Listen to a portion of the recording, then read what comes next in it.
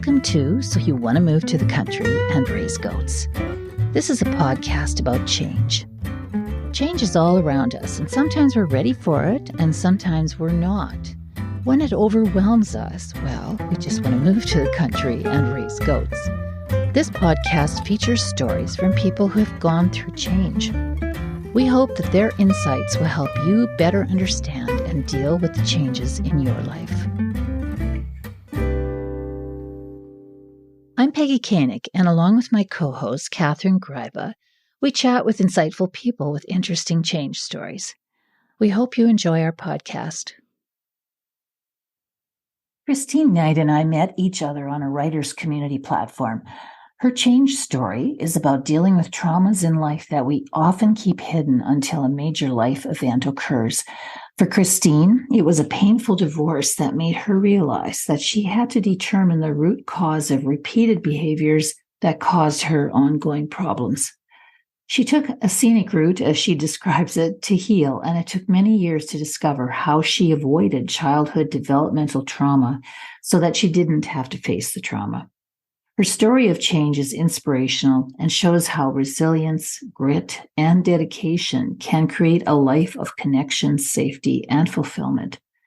Christine is a certified hypnotherapist and is in the process of completing her master's in human services counseling and certification in internal family systems.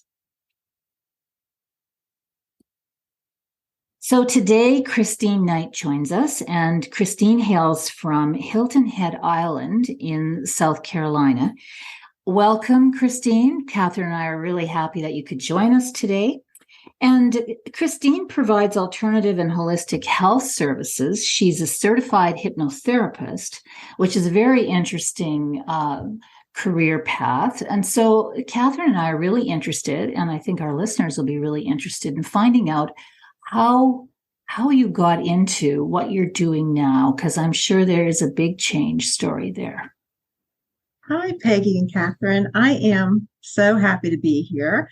I love sharing my story with other people. I love inspiring other people to see that they really can create their life. And that is my mission, is to help people really reconnect with their true self and create the life that they truly want to live. So my story is a long story that spans decades, because I was in corporate, in health insurance, medical bill, repricing, revenue type of faculties. And I had an abrupt and painful divorce with my child's dad back in my early 30s. So this is about 16, 17 years ago. And this happens very often in life, where we think that we're cruising along pretty good. The past is in the past. Don't look in the rear view mirror. You know, all those memes, just bury it down. You just keep moving forward. And that's what I did. The past doesn't bother me, and I have a great life. And so many times what happens is some major event, divorce, death, illness, happens, and it brings up all of the trauma that we had buried. It brings it up to the surface.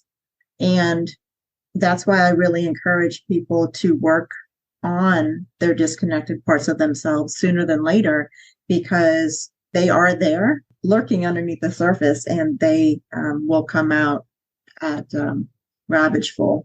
Christine, so when you had this abrupt and painful divorce, did you know or think at the time that you had stuff buried? No, I completely told myself that, I knew that I had a traumatic childhood, but I was in self-denial. I just said, it doesn't bother me, and I create my own life, and don't look in the rearview mirror. The past doesn't define me. But underneath the surface, it was defining me. I had very low self-worth, low self-respect, which so many of us do. And the pain that came from the divorce and the I'm going to use air quotes for the podcast. It's the betrayal in air quotes and the abandonment in air quotes. Anytime something, I'm going to say, goes really, really deep, a huge emotional surge, it's usually from disconnected parts of us below the surface too. Even though divorce and death and it's very traumatic. It's a change. It's a life event. So is moving, starting new businesses. So, how did you become aware of this, Christine? Was it all of a sudden, or did you go through a number of different experiences where you actually could stand back and say, I need to look in the rearview mirror? I wish it would have been sudden. It was a pattern of behavior that I had with romantic relationships. It was a pattern throughout my whole life.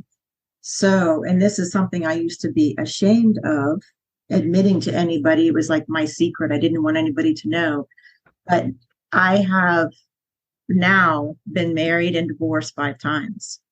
So it was finally enough for me to step back and say, okay, there's a pattern here. I need to look at why this keeps happening, why I keep choosing the people that I'm choosing. And you all might know, and your listeners might know, that typically we choose mirrors for ourselves. We project onto other people what's buried inside of us, and we see other people as mirrors. So it brings out the things that we're denying in ourselves. So I drank heavily for a year after the divorce. Anytime I didn't have my kid, thank goodness I was very good with my kid and sober. But when I didn't have my kid, then I was drinking and running around with guys, none of who were good for me. So I was having also, with this turmoil, I called it PTSD spirals, where I could be watching a commercial, hearing a song on the radio, hearing a story that somebody was telling, and I would not know when it was coming. It would just hit me. It's a huge trigger that just would hit me, and I would spiral down, shaking, dry heaving, vomiting sometimes, not able to stand up, just completely shut down in my body, and I couldn't control it. And up to this point, I was stoic, non-emotional, get business done kind of person. I was a robot. I didn't feel feelings. I just shoved them down, and I couldn't shove them down anymore. Did you feel like you were losing your mind, Christine? Like, were you really concerned at that point about both your mental and physical health when these things were happening? No, it wasn't. I am fierce. There's a part of me, I know now that it's a part of me who is a fierce warrior. And when something comes up that I can't control or I can't figure out a solution for, I go after it like a dog on a bone, fiercely. And I went trying to get help. I went to talk therapists trying to get help, trying to figure out what was wrong with me, and was basically told that where my rage comes from, they told me that it was subdued rage, it just trapped in my body, and there was nothing I could do for it. There was no cure for it because of where it came from. It came from childhood developmental trauma, which is complex PTSD, meaning layer upon layer upon layer. And I could learn how to cope with it and manage it, but I couldn't cure it. Is that what you mean by you didn't connect? I want to go back to your comment around it wasn't connecting. Is that what you mean, that you hadn't done the work to figure out what had happened and creating these behaviors? You were just, as you say, suppressing it and moving on and moving forward. Is that what you mean by connecting? Right. I was basically almost entirely disassociated from my body. I was outside of my body, and I didn't even start to feel So the divorce was in 2008. I didn't even get to the point of healing where I could start feeling my emotions until 2015. So it's only been 7-8 years now that I've been able to feel my emotions. And when that started, it was upheaval. And talk therapy did help me in that piece of my journey, only with labeling, giving me the language for the emotions, because I didn't know what I was feeling or why. So that's quite the prognosis for a therapist to say, there's really nothing that you can do about this.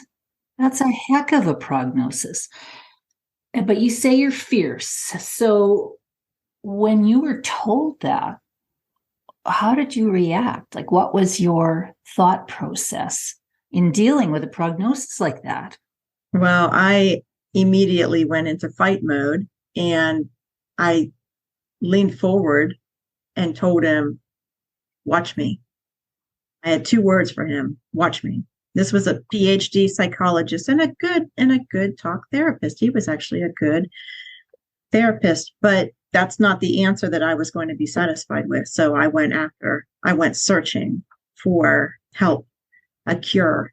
And I mean, I sat across from talk therapists who were saying, I don't know why you're in my office. You have everything, you have your life put together. You're getting through everything. You're managing, you're a leader in your job, and, you're a great parent. And I don't know. You're beautiful. Like, I don't know why, like I wasn't a mess, And I'm like, oh, wow. If you can't even see below the surface enough to see how much I need help with healing just by looking at this outward appearance. And this is another reason why I really strongly believe, unless there's a lot of training, if a person is going to be in any kind of therapy, hypnotherapy, practitioner, helping professional role with people with childhood developmental trauma, they should have gone through it themselves, or they should have a ton of training. And I'm talking Peter Levine level, Deb Dana level, not master's degree. So, Christine, you went to this therapist. You said, I'm not buying that. I'll find my own cure. What did you do? What were some of the steps that you went through to get you out of that to where you are now? I read a ton of books, but this is the problem with books is they put knowledge into our conscious mind, which is only 10% of how we live our life. 90% of our lives are lived from the unconscious, the subconscious, 90% on autopilot based on false beliefs that we placed into being when we were children, where we didn't have wisdom, we didn't have life experience, we didn't have understanding, and many of us had trauma. So I was trying to fix it from the conscious mind. I went and saw a few different therapists, read a ton of books, started getting into energy work. I'm a master level Reiki practitioner. Nothing was getting really to the heart of it, really to the heart of the matter. And then I was watching TV. This is a funny part of the story, because I was watching PBS, because that's the only thing I could watch, because it didn't have commercials. Because I never knew when something was going to come on to a commercial that would set me into a spiral. And even when I pulled out of the spiral, I would be in a funk for 2 weeks, 4 weeks, 6 weeks. Like I just couldn't pull myself out of it. So I'm watching Wayne Dyer on this PBS special on a Saturday morning, folding laundry. And this person from New York wrote to him, who does past life regressions. So he brought her onto stage. And as soon as she walked across that stage, I was like, that's her. As soon as I saw her, like immediately, I said, that's her. That's who's going to do it. This is wherever she is, I'm going there. And I'm a single mom, no child support, no alimony, working overtime hours, going to school at night, trying to make it, right? I didn't care, did not care, because as soon as I saw her, I knew. So at the end of the special, he gave out her email address. I emailed. I didn't hear anything for like 3 months. And then finally she emailed back. She said, I'm going to be in Chicago in this hotel from this day to this day. If you want a session, you got to come up here and get a session. So it was $800 in Chicago. Luck would have it, air quotes for your podcast, luck would have it. I was traveling back and forth to California at the time for work. So I took a long layover in Chicago. Company covered my hotel. I had a session, and the rest is history. Pretty interesting, Christine, that you just knew. It's like your mind, your consciousness was open to any kind, possible solutions, and that when you were watching this, you just knew. That's a really great point, Peggy, because I think that openness is so key, because when opportunities come towards us, if we don't have the openness to see, they won't even fall into our perception, because we create our world through our perception, which is through our beliefs. And if we don't have that openness, we would have never seen that. That's a great point. This started you on your road to healing then. That was the beginning. That was about 12 years ago. And it started me on the road. My mission is to help people who are like me. So I went and did it first, blazed a trail, didn't know what I was doing. I tell people I took the scenic route over 10 years, going everywhere, trying everything, different modalities, different energy work, different body work, different, hitting the therapy, trying everything. And I have a master's degree in counseling too. Chose not to be a licensed talk therapist because it's not what worked for me. And I find that it's not what works for many people who have childhood developmental trauma. You spoke about being fierce, but where did that come from? Because so many people I'm guessing that a lot of people who would find themselves in this situation that you were in would have just sort of folded up and maybe curled up and gave up and, continued to drink and continued to live a life that really wasn't very satisfying. Where did the fierceness come from? Was that something you were just born with, Christine? Or was that something that developed over time? Because that's like resilience, right? I mean, you have to be resilient. And I see different things throughout my life that did contribute to that. And I went from being a welcome mat, you could do anything to me when I was a kid. I wanted everybody to be happy, to when I was 18 and leaving my first husband, who was a physically violent alcoholic. And I completely did a 180. Like, I turned into a very mean woman. And I did that for self-protection. That part of me, took front and center role of protecting me. So there's different parts within us. I think at our core, at our true whole self, we are all compassionate, kind, curious, courageous, all of us at our core. But we have different parts of us who come into play that can help us fulfill a role. So a part of me is a fierce warrior. And I want to say I was born with it. I should have died in the womb twice, and I did not. There's many times throughout my life on the river, on a motorcycle, I should have died, and I didn't. And I kept seeing that there's a reason that I'm here. Because I could have died when I was 21, just turned 21 on the back of that bike, and I didn't care. I did not care. I was in that spot. So, Christine, I'm curious about the 10%, 90%. And the 90%, do you feel you're still at 90%? Or that the work that you've done and how conscious you are about so many things that have brought you to where you are today, is that percentage different for you now? Do you maybe not 50-50, but are you a lot more conscious than you would have been 15 years ago about how you're approaching life and your decisions? Yes, because of the journey. I am now aware. So I'm consciously aware of when triggers happen, when these emotions come up and surge in these inner parts inside of myself. I now try, and I fail every day, but the recovery is so much faster now that I try to sit in self, my true self, my whole self, in that curiosity, compassion, kindness, patience. I try to sit there, and anytime there's an upheaval in that line, in that balance, then I know, because of my training and experiences now, I know to then go inside and ask inside my parts, what's going on? Who needs my love right now? And there's something called a window of tolerance where it's between when you're triggered and where your nervous system is activated, and then you go into like, your amygdala and lizard brain, and you have reactions. Those reactions are when the part takes over. And people think, well, that's, they even say, there's a part of me, like I would have never done that. I would have never said something like that. There's a part of me that said that. And that's exactly what it is. There's an inner part who's taking over. And it sounds like you've gone from a place of ups and downs, highs and lows, extremes, to the way you describe yourself today, it seems more calm and more steady and more even paced.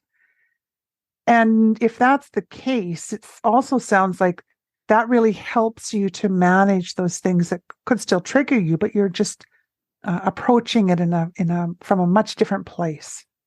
Yeah, it's even deeper than that, because I'm healing the things that used to trigger me. Those triggers I used to run from and avoid.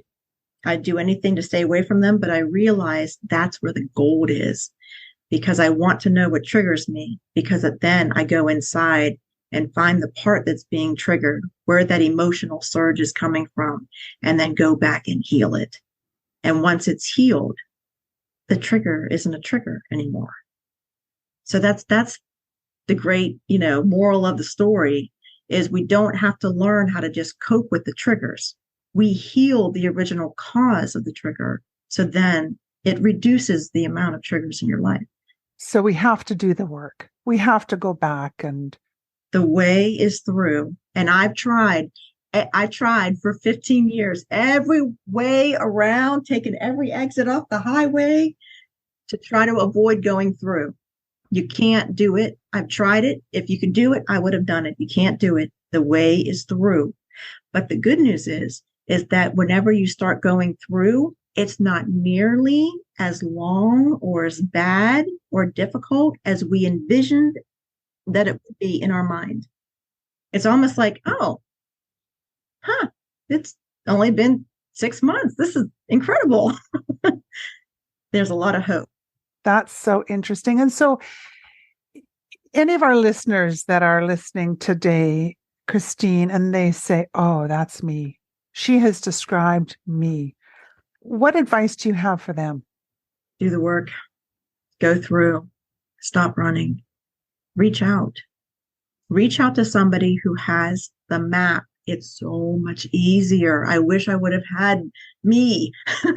That's why I became me, because I wish I would have had somebody with the map. I just kept going here and there and bouncing all around, and nobody had the answers. And now there are. If you want to go read books, and that's going to get through to 10% of your mind. Not the you still need to go deep. You need to go into the subconscious to reveal those parts of yourself. But read one of the best, Bessel van der Kolk, The Body Keeps the Score. One of the best. Another one, I'll tell you, the book that changed my life, second to that hypnotherapy session in Chicago, was No Bad Parts by Richard Schwartz. That is an overview. It was, I believe, his first book he wrote for the public rather than academia. And it's a very easy read. It's easy to understand. He has exercises and meditations in there, and it changed my life. That's why I'm now adding IFS practitioner onto clinical and transpersonal hypnotherapist. I'm tying the two together because those are the two things that changed my life. And for our listeners, IFS is internal family systems. Yeah, so we all have that internal family inside of us, inner child, inner critic, inner adult, and a lot of other parts besides that. The warrior, the scaredy cat.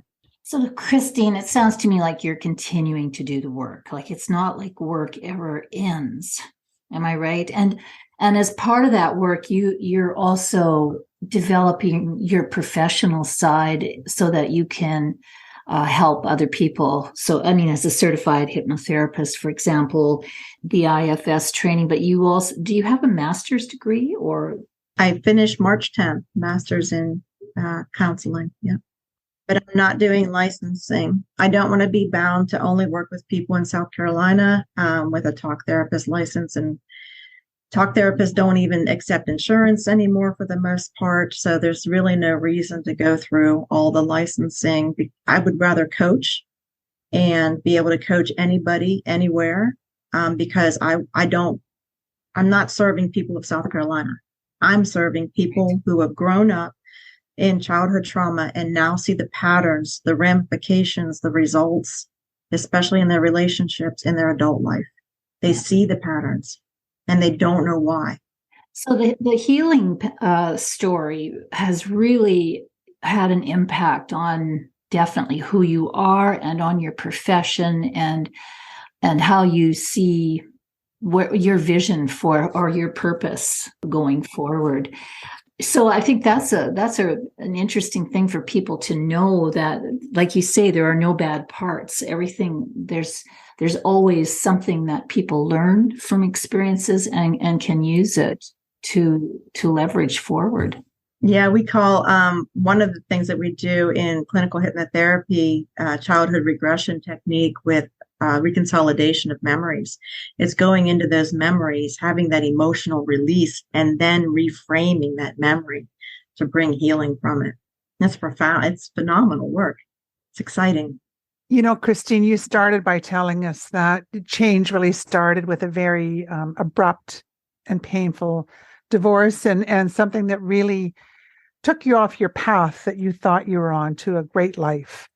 And isn't it the way sometimes when change comes about, we aren't expecting it, and it takes us down a much different path, and in fact, a much better path than we would have been on had we continued on our first one. And I think your story really, really highlights that. Yeah, I felt literally like I was picked up by the back of the collar of my shirt, picked up off one path and completely, moved over by a crane and dropped onto another path. And this is something I would have never done if I would have stayed in that marriage. And it's something I didn't even know I was supposed to be doing until I knew, and so often when really difficult change happens to us, the suffering is in wanting it to be different than it is. So if we can accept, and this is difficult, easy to say, a little more difficult to do, but if we can accept it is what it is. What happened is what happened. And what can I learn from it? What's the beauty in it? That's going to reframe, just like we do with the reconsolidation of memories. It's going to reframe the situation, and you're going to be able to move forward faster. But also, like we were talking earlier, it's going to open your perception to be able to see the opportunities that come for the next doors, plural, doors that open. And I've heard people say, when one door closes, another door opens, but we can't see it because we're too busy looking at the door that closed behind us, wishing it had been different. And it's difficult. It's difficult. I'm still working through my last divorce, but I don't want to repeat the pattern anymore. I want to go through. So, Christine, you are also looking at another contribution, which is to actually put your story into words. You're writing a book, which is how you and I first connected in a writer's community. Do you feel that that's also another part of the healing, putting that story into words? Oh, I can't even tell you how much it was cathartic. The book was being written in my mind for 10 years. And I was being told, just sit down and write it. If you would just sit down and write it, you'll be done in 2 weeks. Just sit down and write it. Well, then my birthday was coming up in April on Easter last year. I was being told, like guided, led, pushed, like, you have to have it written by your birthday, which is Easter. You have to. So finally, I sat down. I wrote it all. It took me less than 2 weeks. I worked 12-hour days for almost 2 weeks straight. I finished on Good Friday. And it was so cathartic to have all the memories just, out, just vomit it all out. And there's a lot of memories that I've written in there that won't be in the book. They're being edited out because I'm going to focus more on the patterns and the symptoms and things.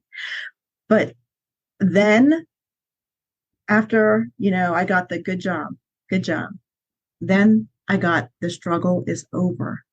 So when you're being told to write a book, don't be like me. Don't be like Christine and wait. Do it, do it, do it. And it's scary. It's scary because all of that, all of that pain was coming from, we're putting it onto a page. And I thought it was going to make it relive it. I thought it was going to make it more real, but it was almost the opposite, where once it was down and on the page, now I decide what I'm going to do with it. I'm going to keep what serves me, and I'm going to release everything that doesn't.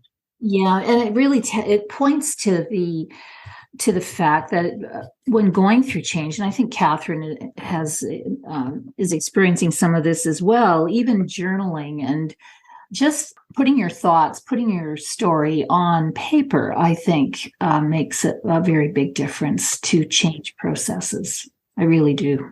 Now I can do exercises on paper and stuff, but I have tried to journal so many times that I can't journal. There's a part of me that holds it back. So maybe I need to work with that part next. Well, I'm looking forward to this book because I'm sure it's going to get published, and I think it's going to be a story that people who are going through change and not dealing perhaps with the trauma that's gone on in the past will find extremely helpful. Christine, this has been remarkable. Thank you so much for joining us and for sharing your story and your journey. It truly is remarkable, and wish you every success as you continue. And I too will be watching for your book. Thank you so much, Peggy and Catherine. Thank you so much. I appreciate it.